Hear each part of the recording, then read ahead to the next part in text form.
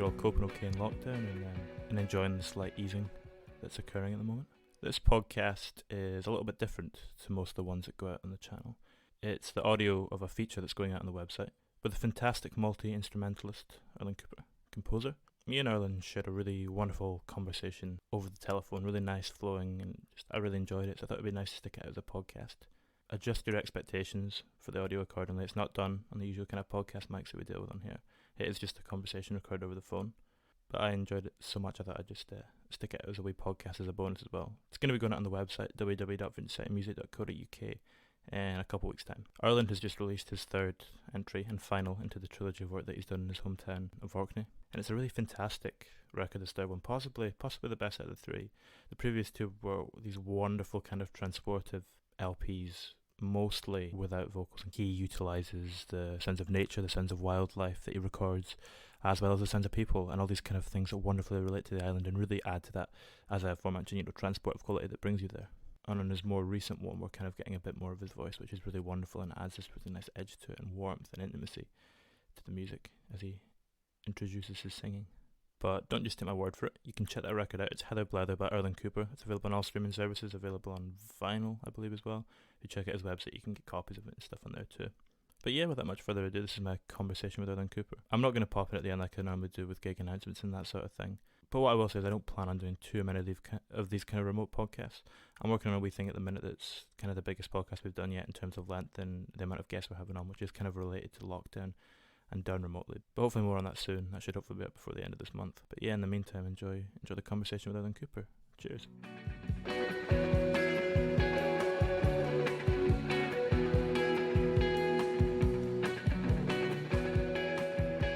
Where are you? So I've gone back up to Aberdeen with everything that's happening at the moment. Oh, what a great place to be. It is. It's lovely at the minute. It's beautiful sunshine. I'm kind of out in the countryside as well, so it's good to go out for walks and everything and just enjoy. Where were you? Were you in London or Glasgow or something? Edinburgh. I'm normally based. Gotcha. What about yourself? Oh, I wish I was supposed to be in Orkney right now, travelling, believe it or not, with Amy Littrop, the writer, to the real island of Sule Skerry. And we're obviously not there, and it makes me wonder if actually it really exists or not. So I'm kind of like, I wish I was there. I'm in my bunker of my studio. Is that down in London? Yeah. It's my little sea haven. How are you kind of finding everything that's going on at the minute? Being a writer of a particular style and productions that I do, the solitude's quite normal for me. What about you as a writer? Do you find you're alone a lot anyway? Yeah, I mean, I don't really find I mind being alone too much either, so it's not too bad. I'm kind of getting on all right. I'm the same. I stare at the speakers and Moogs and synthesizers and pianos and same four walls for a long time, for hours and hours and days. So I'm used to that. It's kind of a good time to write and finish productions and give some other productions a lot more love than I might have done previously. Yeah. So it's good. It's fine. I guess you can kind of reflect a bit more and with the time to work on it, maybe get a bit more clarity and a bit more perspective. Yeah, it's about slowing time down a little bit as well, but I still seem to squeeze a bit too much in. I want to take it a bit more slowly. Yeah, you're right. It's good perspective. Yeah. You finding it okay? Yeah, I mean, Aberdeen is not too bad up here. It's all right. But yeah, I've been coping all right. I've kind of been just. You're missing the hustle and bustle of the posh coffee shops in Edinburgh and swanky bars. I miss. I used to live there. I know what it was like. I used to live in the Meadows. Yeah, it's a nice area down there. It'd be lovely this time of year, but I imagine it's quite quiet at the moment. It must be quite surreal. It's been so surreal in London in terms of, like, I've got a wee car, and so I've been doing in between all of the things, just actually quite selfishly for my sanity and to get out and about. So I've been doing the NHS volunteers, delivering groceries and medication and stuff. And the good thing about that for me is I get to kind of pop around a little bit and not feel that I'm doing anything wrong, So it's but what I'm trying to say is it's been lovely to see spaces that are normally very busy and loud For example, hearing sound that noise pollution would cover up, but hearing it travel longer distance in a city, in a built-up area, is quite an interesting thing. I've enjoyed that. What sort of stuff have you been hearing that's kind of been doing that? Yeah, obviously a lot of bird song. Waking up with the sound of blackbirds echoing around balconies and things is a lovely thing. Yeah. But it's just a bit, obviously it's not rewilding like but it's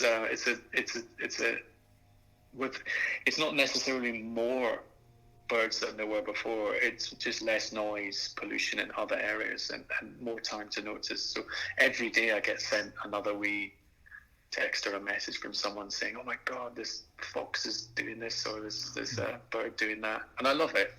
But it's I always try to notice the little kind of magic in the everyday anyway. Yeah. How are you getting on with the project you're doing? Is it with Chris Hawkins, the thing where people are sending in clips? Aye, well, it's come from that. It's absolutely come from that kind of feeling of noticing the little things, and the response has been kind of overwhelming. Hundreds and hundreds of files. Gosh, I hope folk like what I make in the end. Pressure's on. Yeah, I've been remote recording players from the LCO and all sorts of stuff, and it's kind of that in itself is quite ambitious to do strings separate and then make them sound together. So just now I was talking to my pal Tommy, who's got a studio in Donegal, which is huge, so a big hall, and so I recorded the individual strings singularly, and then he set up speakers of each of the players in his hall, so then we play back. It's called reamping, and then you record them in that hall like they're together. So that's kind of far out, quite kind of a nice way of making it feel like a quartet together, but they've all been recorded separately. Galia from the LCO is the principal violinist, beautiful player.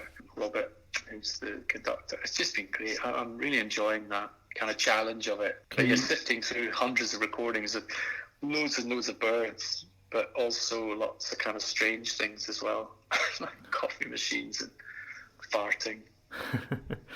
When what you were speaking there about the strings, can you hear the difference yourself, or have you managed to cheat it quite successfully and kind of make it sound like they're together?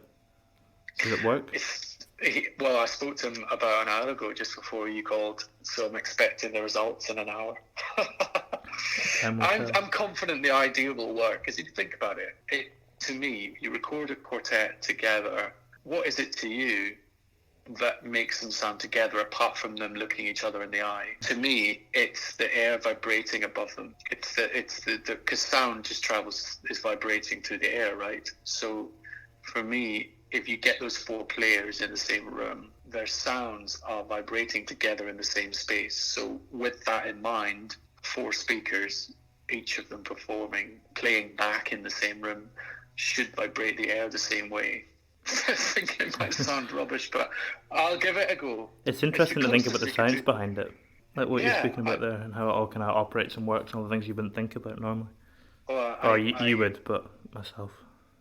When I left Orkney, I went to university in Edinburgh and I studied mechanical engineering, believe it or not. So actually, I'm an engineer more than anything else, and I love sound, frequencies and compression and EQ and how the dynamics of sound works. Yeah, we'll see. Fingers crossed. Ultimately, they've got to be good performances individually. Yeah.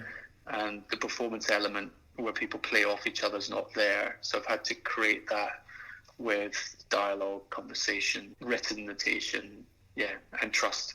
Yeah. You mentioned studying engineering there as well. Do you think that kind of gives you a slightly different perspective on music, and do you think it kind of feeds into it in any way?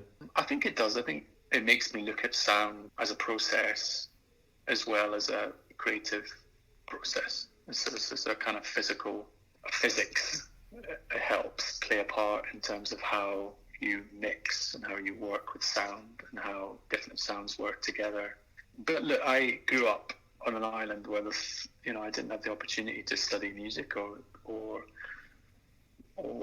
there were no fancy schools that did all of that, so I had to teach myself. So I'm always feeling like I'm the underdog anyway, and that I have to work very hard. But when you can apply other things that you've learned, or if your mind is quite process driven, then you can apply it to the creative side. I think writing is like 80% in the edit, and that 20% is that magic you just can't explain. It's like bird watching. You're looking out a window, you don't know what's going to fly past the window until it does. So it's like when you write a piece, I imagine so much is in your edit, right? Yeah, I mean, yeah, like you say, 80% at least, if not more. Well, there we go. So it's the same with sound and production and writing. And then I like to leave a little percentage open for a bit of magic to walk in. And that's collaboration. And collaboration doesn't mean 2 or 3 folks sat in the same place. I think actually a bit like 80-90%, it's you're on your own for most of it in solitude, but then you open the door.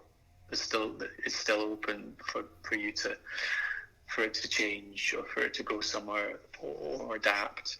When you make so much of it in solitude, obviously we're in a time of isolation now as well. Is like making an album ever a lonely process? Do you think any parts? I think it's as lonely as reading a book, in that you are alone and you're alone for a long time, but you can find comfort within in the pages of it. So for me, it's this kind of massive process. A massive percentage of that process is escapism within the countless hours and minutes that you work. Does that make any sense? Yeah, the music is almost like the companion in a sense.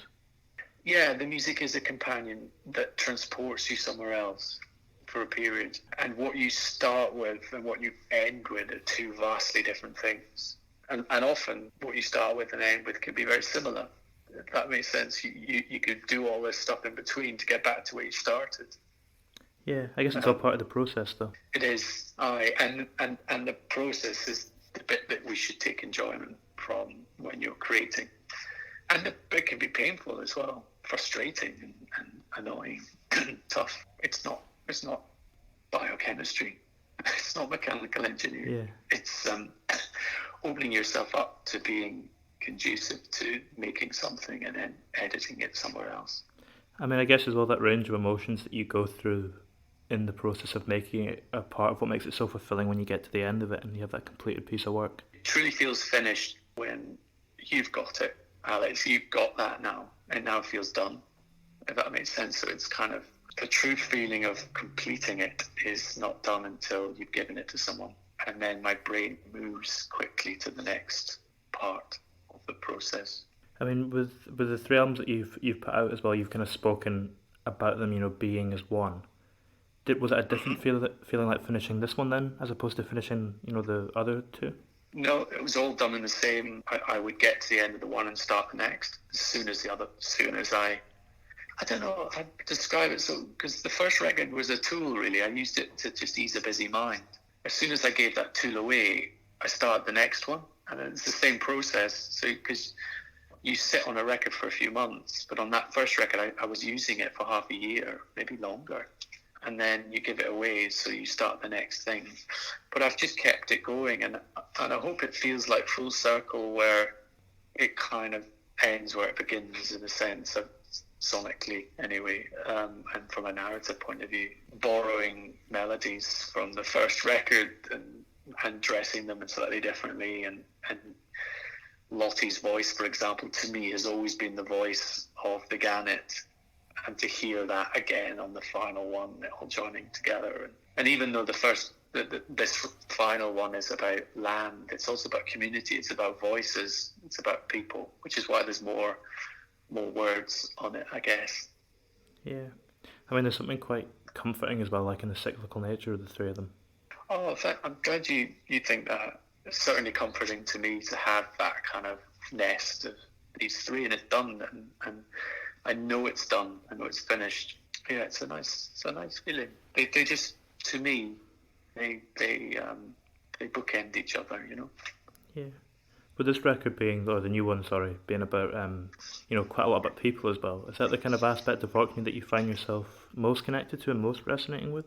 Not directly, in that I'm actually a wee bit socially awkward. I'm quite shy, and one minute I can be, really open and bubbly, and the next minute I just want to be alone, But community is ultimately the lifeblood of Orkney.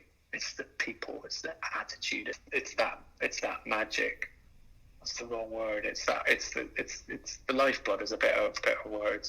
The magic to me is the rhythm. That kind of, as George Mackay would put it, is the elements. Nature is the one true reset for me. And taking that further, it's the sea, it's Orkney, it's the air, it's the sky, it's the light. But the beating heart and the lifeblood is the community of folk. And myth comes from people, comes from stories, comes from storytelling. I mean, myth's something else that's quite prominent in parts of the record. Is that something you kind of grew up with? Was like the kind of myths of Orkney stuff that was told to you as a child? Or yeah, absolutely. Yeah, you go into my folks' study upstairs, which was always kind of a combination of being this really interesting place, but also quite kind of eerie as well. It's a lovely room with a record player and books and skulls of a curlew and all sorts of stuff. Dad was a biologist, you see, so folk would bring injured birds, and ones that didn't make it would obviously make curious artifacts to keep. A seal's skull and a curlew's head, Am I depicting the picture well? Yeah, but also surrounded by ornithological books and stories of folklore and music books. It's a really wonderful room.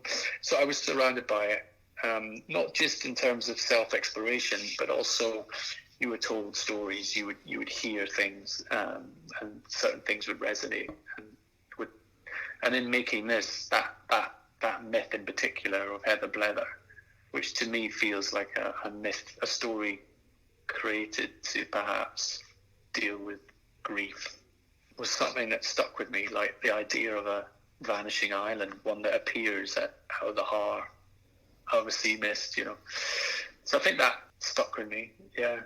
There's definitely things I heard, and yeah. Was that the island that you were trying to go up and find when you were supposed to be back there just now? No, So Scary really exists. Heather Blether is fictional. Yeah. It's Is it based off of any real island? Difficult to know. I mean, the story goes that a young girl went missing on the island of Rousey, and decades pass. And I like to think that over those 2 decades, when the grief was kind of diminishing, that family, who like many have lost children due to health or disappearance or all sorts of things, came up with a tale to help deal with it. The very thought that missing girl was okay, was happy, had grown old, has children, is living with a partner on this mythical island. What a lovely way to deal with loss, It's interesting to think about the origins of myths, because it's not something we really, address often, is it? The myth kind of just exists as a thing. Yeah, I think it comes from kind of Viking folklore. They come from a place, don't they? There's a reason. It's a bit like Greek mythology, isn't it? There's normally wisdom and hindsight and all sorts of things linked to them, right? Yeah, definitely. I mean, when you look at you'd probably remember, who was it that flew too close to the sun? Yes, Achilles. Okay. Not Achilles. What's his name? It's escaped me as well. Text me it. What's his name? This is going to annoy me for the rest of the day. You can't look it up. Look it up. There is always, it'll come to us later on, but there is always that knowledge, like you say, at the root of it, and wisdom and a lesson to be learned. Icarus, yeah. Yeah, that's it, Icarus. There's always something to be taken from a story, whether it's an old one or one that a friend passes on to you. We all take certain things from it. Or we say things to make us feel a certain way. How many folk, if they break up with someone, enjoy a good blether in the pub and you have a chat about it? Or whatever. Or this is a great example, we're all in isolation, and actually the one thing that really helps is people sharing how they're getting through, or what they're noticing. Yeah. And kind of connecting with each other and sharing in that kind of communal experience that everyone's going through at the moment. Yeah. Do you feel, do you ever take knowledge from albums in the same way we're kind of speaking about how there's always something at the core of myths? Do you ever do that with records that you listen to? Oh yeah, we do. I mean, don't we all, going back from the Revolver by the Beatles or whatever, we all come up with myths. In fact, I was thinking, why do I know the first half of Rubber Soul so well? And I've created in my mind the myth that in that room I was talking about upstairs at the record player, Rubber Soul and Prokofiev's Peter and the Wolf were at hand, right? And me being one of 6 kids, perhaps I didn't know how to turn the record over. So I only know the first half of that record, like, intimately.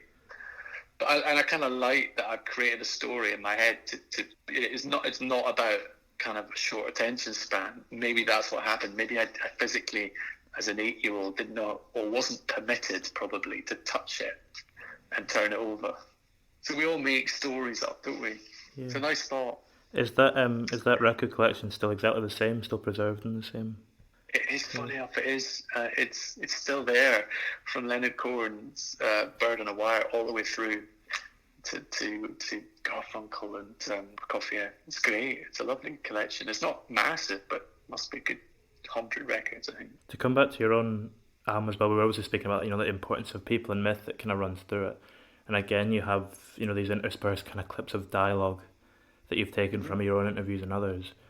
When you're selecting these clips, is it the content, or is it like the rhythm and the flow of the dialect? What are you kind of looking for to help them fit in with the music? It's a really good question. No one's ever asked me that. My favourite part of field recording isn't just about the narrative or the content. In fact, when it's too on the nose, I don't like it. Whereas if you take a moment to listen to a track on the record called Long Hope, you hear a woman chatting away, and she talks about, when she was born in 1890, and then her and Anne Marwick, who's a collector of stories, burst out in laughter, and you can't understand a word of what they're saying, but the rhythm of it is wonderful to me. And it kind of sings, and then when that laughter bursts out, and they're talking about a dog stealing a steak from the table or something. It doesn't matter. That's not anything. But it's the joy of that little bit of magic, and then the way it kind of dances a bit. So yes, that's a really good question. I think as well with that clip that moment that you're speaking about, with interviews, people are always kind of putting on a persona of sorts, and that's kind of a moment when like the real personality escapes. And people, the guard goes down. She's so good at it, and is exceptional. And she learnt back in the day, it was only men that told the stories. And when she would go to collect stories with her peers that were men, she would physically go into the kitchen with the women and collect these stories. And so she's got these really wonderful collection. It should be in the Scottish Archive, and I think it will one day. And you listen to the stories that are, okay, we're going to do a story now, and it all just feels a bit contrived. Whereas these moments, she's a master at making you feel at ease. In fact, I had the great pleasure of interviewing her and recording it. Yeah, you did we filmed, didn't you? I did a slow-moving portrait film of her, but I recorded her for 45 minutes, and she's the master. She turned the table in the interviews. Just blethering away, and yeah, it's a lovely thing. You decided to end the record on a clip of dialogue as well. Why did you choose to do that, and why that clip? Every record, as the groove fades out, and I'm sure you're a lover of records. Yeah, I love a good vinyl. So it's for that reason. Isn't it nice where you just get that wee bonus bit of chat, and it happens at the end of all the records. There's also something else on every record. There's an etching that I haven't told anyone about, but it actually all the way across, and this is how geeky I am from its planned conception, it reads the poem of George Mackay Brown between A, B, and A, B of each of the records. So the essence of Orkney is silence and loneliness. What is it? The essence of Orkney, silence, loneliness, and the deep rhythms of sea and land, or something like that. I'll text it to you. But I've written it as an etching with Guy Davey, my mastering engineer, on A and B on each, as a bit of a kind of Easter egg. And so for the very same reason, ending with a little bit of dialogue and writing that on, it's just it's that little bit of joy in when we create, You know, I mentioned earlier, you leave a little bit open for a bit of something extra to walk in the door, and that was it on that point. Just guys saying, "Oh, let's do an etching," and then planning an etching across 3. It's kind of a strange thing, but also it felt really satisfying when he did that final scribble. Yeah. Silence, loneliness, and the magic of the rhythm of sea and land, darkness and light. So ending with darkness and light just felt great. But that little bit of dialogue at the end talks about the muckle supper, which just felt like a really fun celebration of community spirit. Yeah, I like the idea of like what obviously we're speaking about the etching there. It's almost in the same way that the records are cyclical. It's continuing to bring them together in that fashion and kind of lean into the mythology of the albums as well. Lovely, thanks for saying so. I'd hope that would come across to a few. So that's good. We get a lot more of your kind of vocals on this album as well, and your voice. It's funny enough on a record it's about people, Well, that's right. It's about people, and for me, each of the songs with the voice is telling a story in part. And in my head, for example, Beanie Breeks, in my head, I'm pretending to be King Creosote, and I'm singing a song that I'd love him to have sung. And in the end, I just kept my kind of slightly whiskey-fueled 3 a.m. vocal on it. And because someone said, just leave it, it's kind of you, it feels. Whereas in my head at the start, I planned each of those ones with a vocal to be a different singer. It's funny, I ended up being me, oddly enough. A bit weird. For someone who so often expresses themselves through compositions and instrumentation, how does it differ expressing yourself with vocals and lyricism? I try to think of it going back to the reference of sound. Everybody, you, Alex, me, Wella, whatever, we've all got a unique voice in that it's really harmonically rich, and there's great joy in treating the voice as sound.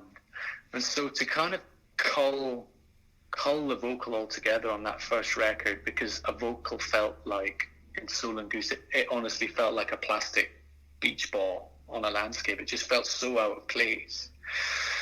And then smuggling it in by using the voice as an instrument, just drones and tonal and kind of slightly wonky, angry seagull sounds were actually human, to then having the voice come back as the final bit within this, because it was done last. It was a nice process. I enjoyed it. Kind of feel at peace with it now. Yeah, it's a nice progression across the 3 records again. Kind of evolving. I like to think. Oh, thanks. I like to think that if you kind of haven't had too much of, if you're in Aberdeen, and if you had enough of folk, you'll seclude to the solitude of your home, of your desk, of whatever. Whereas if from a creative point of view, if I've had too much of the voice, I'll find solitude and joy in listening to perhaps the instrumentation of Soul and Goose, and that's the equivalent of just going for a walk on the beach, and kind of finding the balance is interesting. Yeah, I guess again it comes back to this idea of the records kind of being that transformative tool that you can use to escape your kind of busy life. Mm-hmm. Yeah, that's true. I mean, there's no singing until the 3rd track as well, which I think is funny in itself, because it's not a vocal record, but it also is. It's like, what? Do you know what I mean? What albums? Yeah.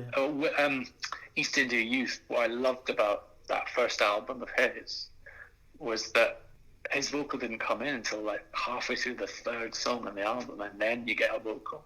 It's really good. Using it sparingly, like for maximum half the record, whereas most albums you listen to from solo artists and bands, it's like boom, boom, boom after the first minute of the first song, all the way through to the end. Yeah, you need variation, or else things don't land with the same impact. Yeah, it's trying to find that balance, and you never really know until you step away whether you've done it or not. Yeah, I guess you kind of just have to do it based upon feeling during the time and instinct. Yeah. These 2 records I still relate to Orkney and Home. I was wondering, over the process of making them, has your understanding of your home and where you come from changed and developed as a result of the process? Another good question. I think there's a misconception that I was looking back with rose-tinted glasses at a joyous childhood, because I won't get into it, but, we all have our ups and downs, and my childhood certainly wasn't, whilst it was idyllic, teens were difficult. But I think it's brought me closer to my understanding of what I adore about that landscape and the people and perhaps my father and other things. So yeah, I'd say it has. Yeah. What does home mean to you now? Home is wherever you're safe. It's your safe haven, whether that's with people or whether that's on an island in the North Sea or whether that's in a basement. So it's made me value and I think what a lot of people right now are experiencing, truly value what they enjoy, crave, need to survive. Home is kind of it's more than just a physical place, isn't it? It's kind of a conceptual thing almost. It is, yeah. It absolutely is. We've spoken quite a bit about the transformative, power of the albums. And the last time I saw you was at your live show in Glasgow what was the name of the church again? Was it last November? Oh, did you come and say hi? I didn't, sorry, I had to run off the train at the end of the show. But it was a wonderful, what was the name of the church? It was a Macintosh church, because it was Ray Macintosh, yeah. Yeah, it was, the music seems to be even more kind of transportive in the live setting. Does it feel that to you, and why do you think that is, if so? Oh, because I'm working with some incredibly talented folk that inspire me, and I keep them on their toes, and they keep me on my toes. And there's a feeling of experimentation, because I don't play live often. Less is more. This feeling of this is the only night we do it. Let's just go somewhere. Did you enjoy the show? Very much so. There's such a kind of communal excitement in the room. It's almost like a tension as well at points. It was. Do you know, the rest of my band were like, "Oh my God, Glasgow!" Like, all throughout the whole gig, everyone was thinking, "They hate this. They are not enjoying this." And then to get that standing ovation at the end, we were all like, "What? You were with us?" And I loved that. It was a feeling. It was almost reverential. And it blew us away. We were so pleased to be in Scotland, I was in particular, and to feel connected by the end is exactly the process I go through creatively. We all step off the street into this new world expecting to go there immediately. You don't, do you? In anything. And if you do, you need to kind of ease into that journey. So by the time you get to the end, it feels transported. Or transformative, perhaps. It was a euphoric feeling at the end. I remember now. It was quite kind of dark and strange in that building. So it was nice to get that joint feeling by the end. I quite like the feeling of utter disaster. It's a bit like a slug on a razor blade. You don't know. It's gonna get one wrong move and it's over. But I always have this view. It's just music.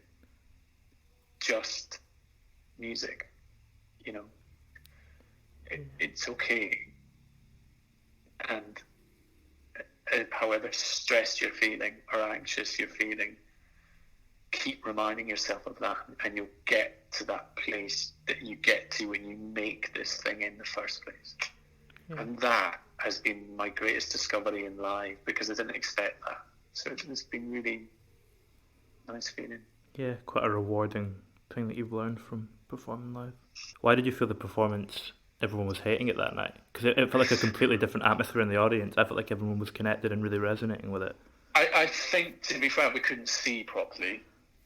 And I think there was this feeling of coldness, because churches can be quite imposing places.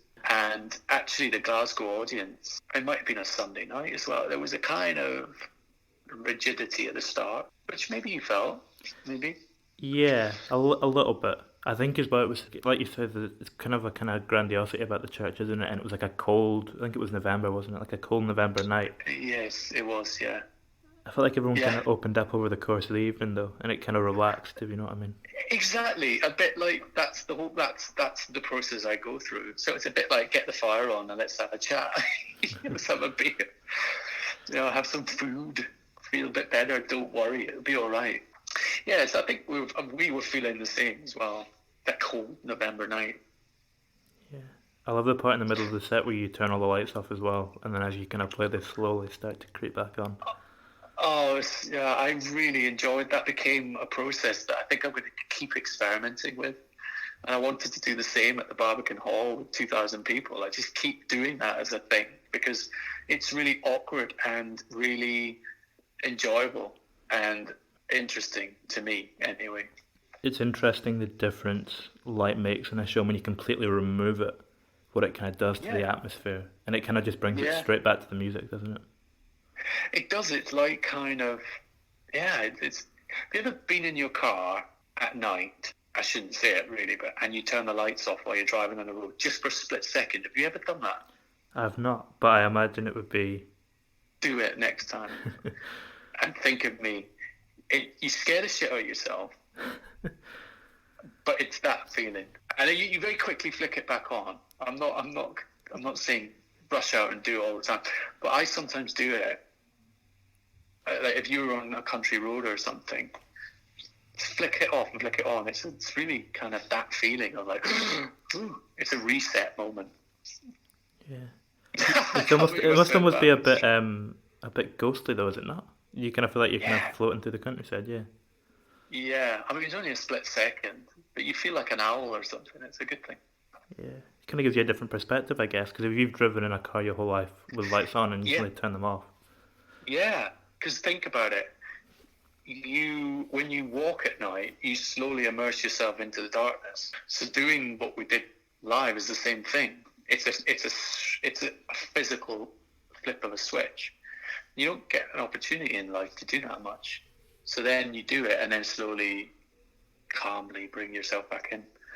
I want to keep experimenting with that. What my absolute dream on the live side would be to do this. The lights go off, but as that Orkney sun comes in, above the audience is a true white light bird commemoration. Wouldn't that be amazing? Like that would just come out of nowhere. I'd love to make that happen. Even like the idea you're speaking about though of like resetting it, even to do that like beyond lighting and figure out other ways to kind of play with that idea of resetting something mid-show would be quite interesting. But, if you haven't got any ideas, send them my way. I'll have a think, yeah. In fact, I'm due to come to Edinburgh for a couple of nights. I mean, we'll see how September goes, and if it doesn't, we'll see in the spring. Yeah. But yeah. Is that Summer Hall you're doing? I'm doing a couple of nights at Summer Hall. Yeah. I think Summer Halls need some support at the moment, so. Yeah, it's. I think give them a mention. Yeah. Yeah. What's the name of the campaign? I did a news article on it. Is it Music Venue Trust? Okay. Is that the name of them? They're running like a campaign up and down the country to try and rescue like kind of 500 venues that are kind of in trouble, grassroots music venues. Well, let's give them a big shout out. I'm looking forward to playing there for a couple of nights. And look, if the world is not in the right place to do them, it will be one day. So we'll look forward to that. Yeah. But thank you. I really appreciate you giving me so much time today. That was a really lovely conversation that I think I really absolute enjoyed that. Pleasure for me too. Look, you have a great day. It was nice to speak. Yeah, and you, and hopefully catch up when. Must have been your soft Scottish accent. You lulled me in as if we were in the pub. When was the last time you were up here? I was in Dundee just before lockdown. That's not too bad then. Yeah, that was nice. I went to Fife to visit John Burnside actually. So that was good. Yeah, it was lovely. Well, look, you take care. It was great to speak. Good to speak again. You got what you needed. Definitely. All the best. I love that. Bye. Thanks. Bye.